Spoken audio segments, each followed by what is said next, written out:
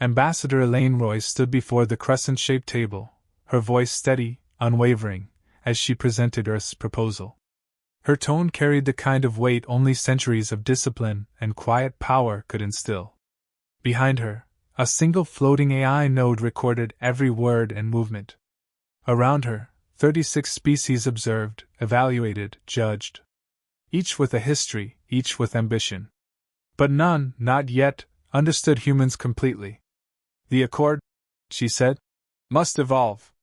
Continued imperial expansion from any quadrant violates the shared tenets we established after the Larkanin collapse. Earth proposes an immediate freeze on extrastellar annexations for a review period of 5 galactic cycles. Murmurs rippled through the chamber. Translations flickered into a dozen frequencies. The aquatic Vren emitted a soft ultraviolet pulse. The insectoid Zell clicked their mandibles in a syncopated rhythm of apprehension. And to Royce's left, Commander Veltrax of the Drazari Empire narrowed his reptilian eyes. Veltrax stood, armor clinking softly. The Drazari recognized no such restriction. Expansion is the natural right of strength. To contain us is to insult our sovereignty. Royce didn't blink. To expand by conquest is to declare war in all but name. Veltrax snarled, exposing a double row of fangs. Is that a threat? A reminder, she replied. There was no need for theatrics. Humanity had earned its place through negotiation, not force. That had always been Earth's pride, the art of diplomacy over domination. But even now, Royce could feel the old edge pressing in at the back of her mind. The one every human delegate carried, silent and restrained, like a sheathed blade. The silence that followed grew dense. The other species waited. The summit was supposed to be neutral ground, immune from personal vendettas. But Veltrax's pride had already cracked that illusion. He moved quickly. Faster than expected, even for a Drazari. A fluid snap of muscle and instinct. His blade, a vibrating shard of neutron-forged alloy, arced toward Royce's chest. It stopped in midair, half a centimeter from her sternum. A shimmer of translucent light revealed the barrier. Her personal defense field had activated on reflex, the drone's sensors faster than thought. The chamber erupted. Gasps, alarms, a low hum from the station's AI defense systems. Veltrax was instantly surrounded by the security drones embedded in the walls, non-lethal, but firm. They locked his limbs in a magnetic grip and forced him to the ground. Royce remained standing. Her hand brushed away a droplet of blood trailing down from her left temple. Shrapnel from the collapsing shield. She didn't flinch. Attempted assassination, murmured the Zell delegate. The aquatic Vren recoiled, blinking furiously. Veltrax hissed from the floor. You threaten our empire and act surprised when we respond? No, Royce said. Just disappointed. The human delegation had risen, silent as statues. No one spoke. No one shouted. They simply watched, unreadable. The station's AI, a neutral entity designed by the Koran engineers, issued a flat announcement. Drazari delegation is to be detained for violation of Treaty Protocol 01. Immediate diplomatic suspension enacted. Royce turned her gaze to the rest of the chamber. Earth does not seek war. But we do not tolerate violations of our sovereignty. Our diplomat was targeted. That is not a misstep. It is an act of violence. Commander Veltrax laughed from the floor, teeth stained with his own blood. You'll protest. File complaints. Maybe embargo fuel. But that's all. That's all you are, talk. Royce looked at him for a moment longer. You've made a mistake, she said simply. Then she left. No dramatics. No entourage. The human delegation followed without a word. The chamber remained silent long after the humans had gone. Delegates glanced at one another, unsure whether to comment, to condemn, or to distance themselves. No one moved to assist the restrained Drazari. The station's artificial gravity hummed low, as if even the machinery understood something had shifted. A threshold had been crossed. The kind that never reopened once closed. No retaliation had come yet. But the silence had begun to stretch, thin and unnatural. A silence that felt loaded. Waiting. Watching. And somewhere in the void outside the station, a human signal pulsed, once, quietly received by something vast. Archivist Nall had lived through 4 regime changes, 2 collapses, and 1 near-extinction event. He had seen wars start with declarations and end with silence. But never had he seen silence come first. The humans said nothing. No calls for punishment. No formal charges. No media statements. The ambassador survived, was treated, and disappeared from public view. Royce's delegation quietly vacated their wing on Station Veritas, leaving behind only a single AI relay node that blinked slowly in standby mode. Within hours, the entire human presence on the station vanished like mist before sunlight. Veltrax, still detained in a null-gravity isolation vault, refused to show concern. To him, this was just another political theater, one he had triggered to assert dominance. They don't retaliate, he told his guards. They issue ultimatums. They posture. That's all they've ever done. No one responded. The Drazari delegates remained on the station, holding emergency briefings. They issued internal communiques dismissing the event as a minor diplomatic incident, already anticipating the need for surface-level apologies to avoid economic repercussions. Drazari ships in neutral space maintained position but quietly increased shield readiness. Orders were sent to prepare contingency maneuvers, but still framed as standard protocol.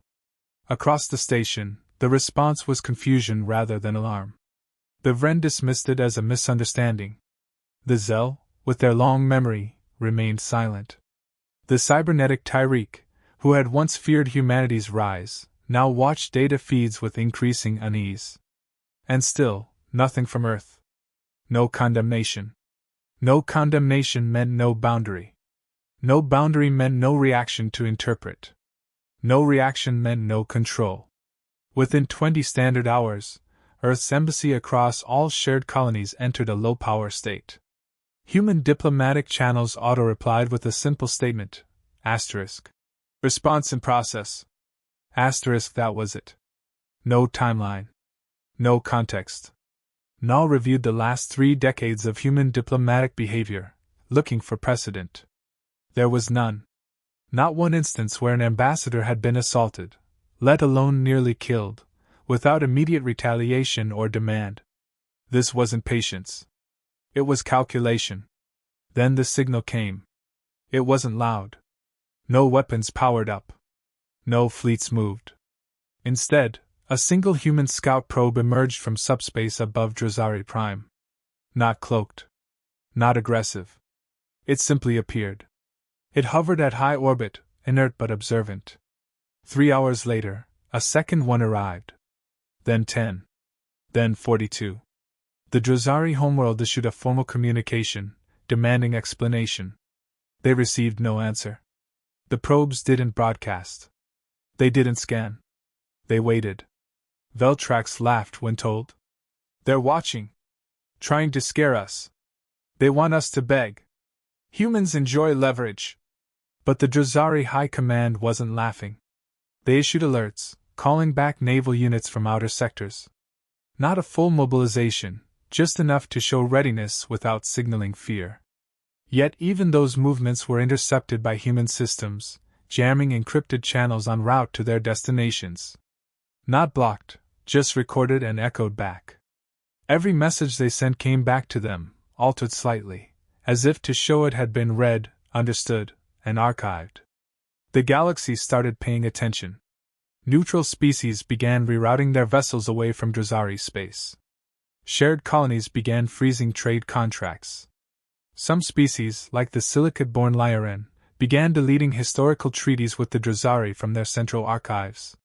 Not out of judgment, just self-preservation. Still, no word from Earth.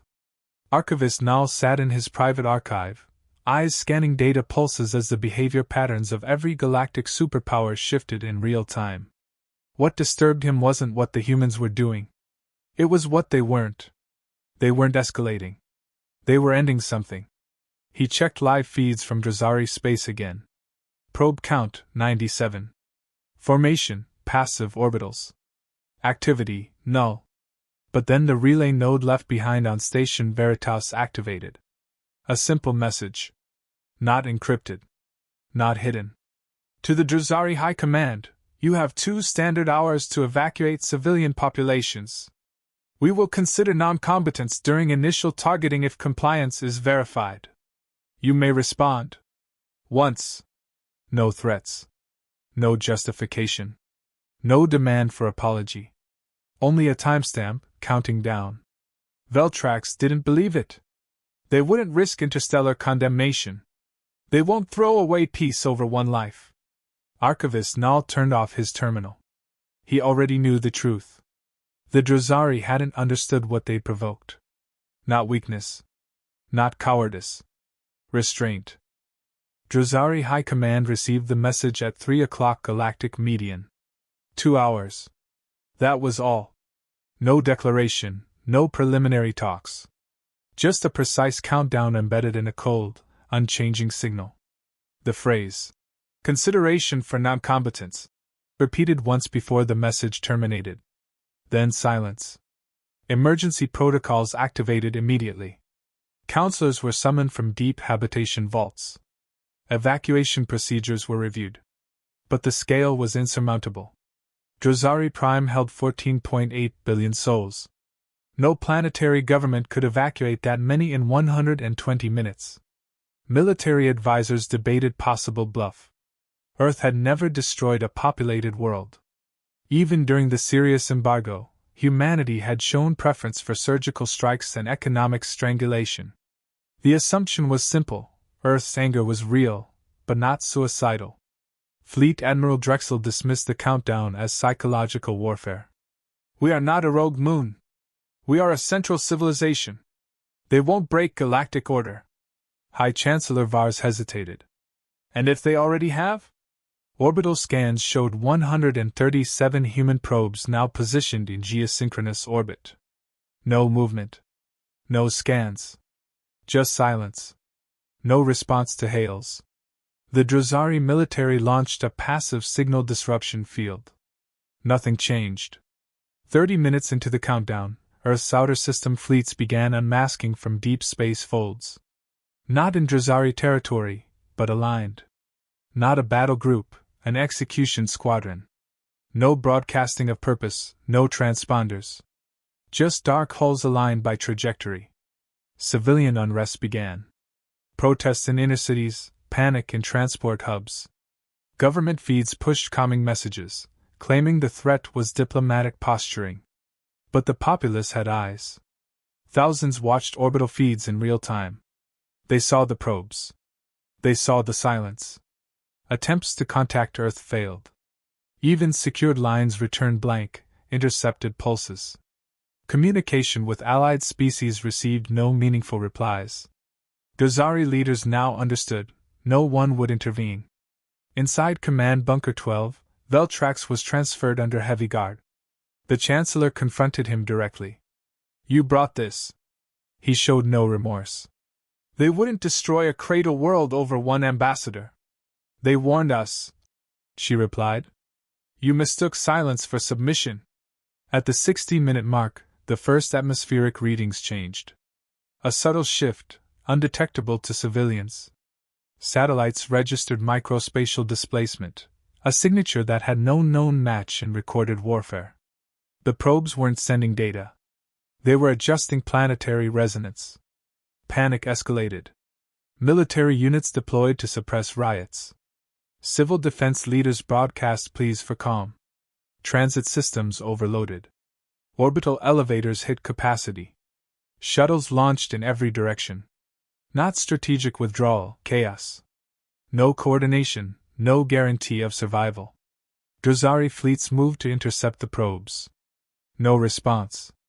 The moment warships crossed the proximity threshold, their systems failed. Not exploded, disabled. Guidance lost. Hulls drifted. Crews unable to regain control. 32 ships in total. All neutralized without a visible weapon fired. At T-minus 40 minutes, Earth sent one final signal. Not to the Druzari government. not to the Galactic Council. It was an open burst, readable by any listening device. The message was 3 sentences. You violated sanctum. You attempted murder under diplomacy. This is not revenge. This is precedent. Galactic news relays picked up the message and went dark minutes later. Inside Drazari command centers, resignations began. 3 generals abandoned posts. 4 counselors tried to flee off-world. Orders collapsed. No one knew who was in charge. In orbit, human vessels remained outside strike range. They hadn't moved once. They didn't need to. The fear wasn't from visible weapons. It was the certainty of outcome. Humanity hadn't come to threaten. They had already decided. 20 minutes remaining. No foreign aid. No diplomatic rescue. Just the ticking silence. High Chancellor Vars issued the order to evacuate all governmental and scientific assets. She knew it was futile. But even as transports lifted, she whispered, "Let the stars remember we tried." The probes began to glow faintly, barely perceptible to the naked eye. Not a weapon, not a light show. A resonance cascade, matched to tectonic harmonics. Inside the bunkers, seismic readings spiked. 10 minutes left. Some wept. Some knelt. Others screamed into voided channels, demanding answers. But Earth gave none. They had already spoken. At 0 hour, every probe activated in perfect unison. No explosion, no beam, no visual cue of violence, just a sudden shift. Planetary sensors went dark in milliseconds, telemetry cut off before data could log. What followed wasn't kinetic, wasn't nuclear, wasn't definable by any existing weapon class. It was an engineered silence, precise, absolute, final. Observers in distant orbits caught only the edges. A shimmer, like light bent through glass, then a ripple that distorted space briefly before vanishing. No sound, no light flash, no debris. Drazari Prime ceased to exist, not destroyed, not cratered, gone. Mass disintegration across every molecular bond. Infrastructure, atmosphere, biological matter, all reduced into entropy-dispersed particles across the quantum field. In its place, vacuum. No wreckage. No gravitational anomaly. Only background radiation, perfectly aligned with cosmic averages. As if the planet had never formed.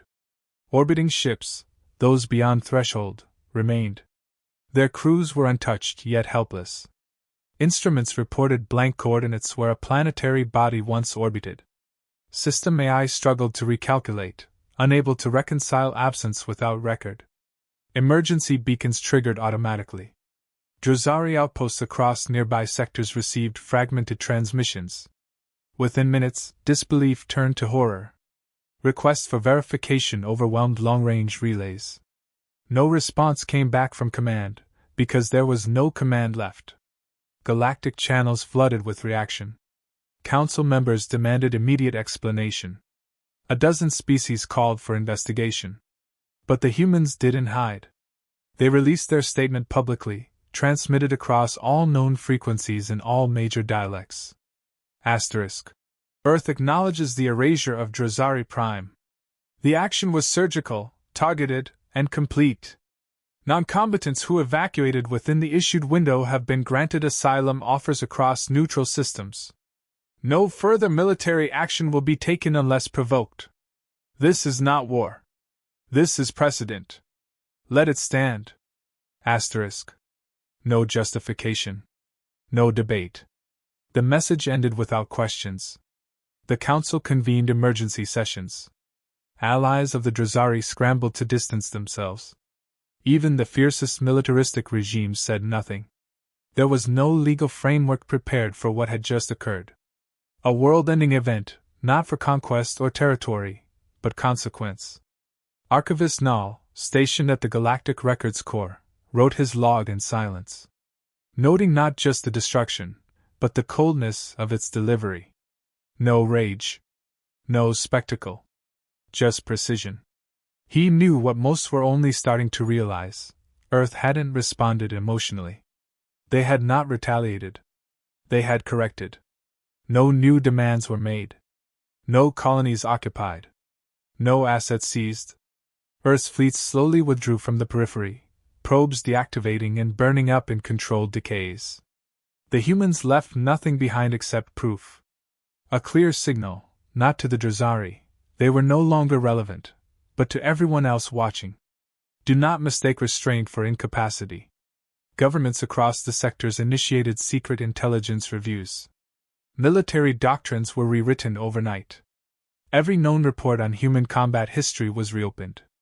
Not for their wars, humanity hadn't fought one in over a century, but for their methods. Precision. Intent. Irrevocability. The Tyran Hive cancelled 3 border expansions unprovoked. The Hask Collective opened formal trade talks after a century of silence. Entire empires began cross-referencing human treaties with fresh scrutiny. Some found ambiguous clauses. Those clauses were revised in Earth's favor, immediately. The ripple wasn't just fear. It was recognition. The humans hadn't escalated, they had demonstrated a capability long suspected, never confirmed. The power to unmake, selectively and silently, without war. The kind of power that didn't require repeated use to hold dominion. It only had to be seen once. No protest succeeded. Every attempt to rally condemnation was stifled by quiet unease. No one wanted to provoke what they now understood to be awake. Among human channels, the matter was closed. Royce returned to her duties. No public parade. No medals. Her survival was never addressed beyond a brief internal report. Ambassador sustained minor injury. Mission preserved. Hostile force neutralized. Earth did not seek apologies. They did not require praise. They moved forward, leaving the galaxy to contemplate what it meant when a civilization capable of rewriting planets chose, for the most part, not to. Ambassador Elaine Royce stood once more before the Galactic Council, the chamber quieter than it had ever been. Her presence was not challenged. No murmurs, no interruptions, no opposition. Delegates listened. Not out of obligation, but out of understanding. Her statement was brief. Earth would reaffirm its commitment to peace, diplomacy, and mutual growth. No threats. No conditions. Just a clear reminder that the rules humanity respected were still in place, so long as they were honored by all. No one contested the declaration. The Drazari were never officially mourned by the Council. No formal inquiry was launched. Internally, species debated the implications, but few dared speak aloud what they now believed, that Earth had redefined the balance without negotiation or warfare. One act had accomplished what generations of treaties could not: universal deterrence. Humanity returned to silence. Not isolation, not withdrawal, but a deliberate quiet. They resumed trade, maintained treaties, and fulfilled obligations as if nothing had happened. Their behavior unchanged, their posture calm. But everything else shifted. Neutral planets began requesting Earth-sponsored defense pacts. Former rivals approached with tentative offers for scientific collaboration. Human embassies received sudden influxes of goodwill statements. Even cultures that had once dismissed Earth as a diplomatic upstart now treated its emissaries with calculated respect. The Galactic Council quietly revised its protocols. Personal defense fields became standard for all delegates. Assassination, once a dark undercurrent in high politics, was now universally condemned, not by law, but by consequence. The precedent had been set. Earth never invoked Drazari Prime again. They didn't need to. Every species that once imagined humanity as hesitant now saw them for what they were, restrained by discipline, not by weakness. Veltrax's name faded from records faster than his legacy. No monument was raised. No successors claimed vengeance. His empire, leaderless and fractured, dissolved into scatterings of warlords and defectors. None dared assume the mantle. The name, Drazari, became synonymous not with power, but with finality. Archivist Null compiled the final log, marking the closure of the event. He noted the transformation not of Earth, but of perception. The lesson was not one of fear, it was clarity. The human capability had not increased. It had always been there, buried behind decades of peaceful coexistence. What changed was their willingness to show it. Not as a spectacle, but as a statement. One line crossed, one response issued, one civilization removed. Rumors circulated about the weapon used. Theories ranged from quantum decoherence to zero-point nullification. None were confirmed. Humanity offered no explanation. Not even a name. They didn't brag. They didn't warn. They erased. A whisper started among intelligence circles, soon accepted as consensus. Earth had exercised not a superweapon, but a doctrine. A policy of surgical absolution, reserved for only the clearest violations. Not available for negotiation, not repeatable through provocation. It was not a strategy of conquest. It was a firewall. In human circles, the event was reduced to a single entry in internal archives. Asterisk. Directive 88 enacted. Diplomatic immunity breached. Response finalized. No additional action required. Asterisk. No ceremonies followed. No new doctrines were broadcast. Earth simply resumed its work, its diplomacy, its expansion, quiet, deliberate, cooperative. But every door they knocked on now opened faster. Every request they submitted passed with minimal resistance. No one wanted to be misunderstood. Ambassador Royce received no public accolades. Her status did not change. Yet from that moment forward, every species addressed her with deference, her presence a living reminder of what lay beneath the calm exterior. The galaxy, for all its diversity and power, had learned a universal constant. Humans were not apex predators because they hunted, but because they chose not to, most of the time. And when pushed beyond choice, they didn't counter. They ended. What remained was not fear, but order. Because in that moment, everyone saw the truth. Humanity didn't need the galaxy's approval. They offered peace, not because they lacked alternatives, but because they preferred it. And that preference, once taken for granted, was no longer assumed. It was earned. Once.